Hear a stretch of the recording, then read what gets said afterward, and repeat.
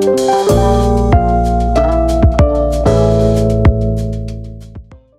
dunia trading yang namanya risiko itu pasti selalu ada ya, tidak bisa kita hindari. Kalau kita berpikir tentang namanya dunia investment juga ada yang namanya risiko kan. Nah di sini kita gimana caranya untuk meminimalisirkan yang namanya risiko. Pertama tentu saja kita harus menentukan kalau kita memasuki dunia trading kita itu akan menentukan sebagai apa? Apakah sebagai investor kah?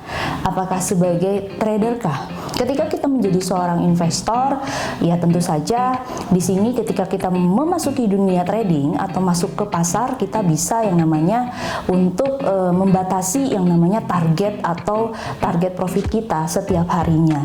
Kalau misalkan kita untuk entry ke pasar nih, contohnya ketika kita masuk ke pasar hanya masuk di momen-momen tertentu ya dan membatasi resikonya, apalagi untuk pemula. Kita bisa memaksimalkan untuk batas risikonya hanya di 2%.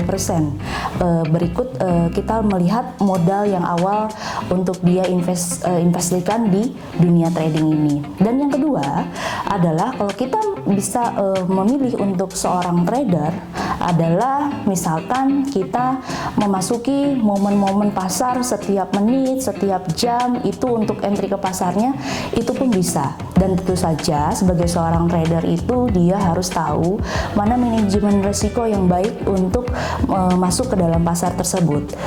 Ada beberapa cara untuk kita meminimalisir yang namanya risiko. Nah, di sini salah satunya adalah yang pertama adalah ketika berbicara modal dalam trading.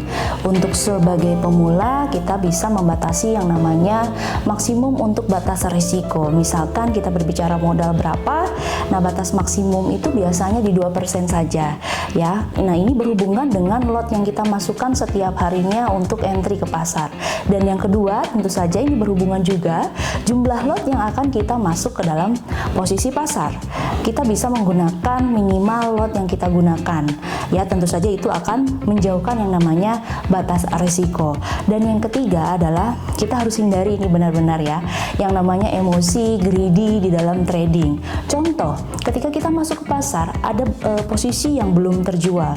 Nah, itu harus kita bersabar nih sambil menunggu ya yang namanya posisi itu terjual dulu, baru kita menentukan posisi untuk masuk ke pasar lagi. Jika seperti itu, kemungkinan yang namanya batas-batas risiko bisa kita hindari ya di situ. Dan tentu saja kita harus menguasai yang namanya manajemen risiko. Di situ bisa memaksimalkan profit atau keuntungan setiap harinya untuk yang namanya di dunia trading. Dan tentu saja pemilihan broker yang tepat dan yang baik itu akan memaksimalkan, membantu kita untuk mendapatkan profit harian atau keuntungan dari sebuah trading. Terima kasih.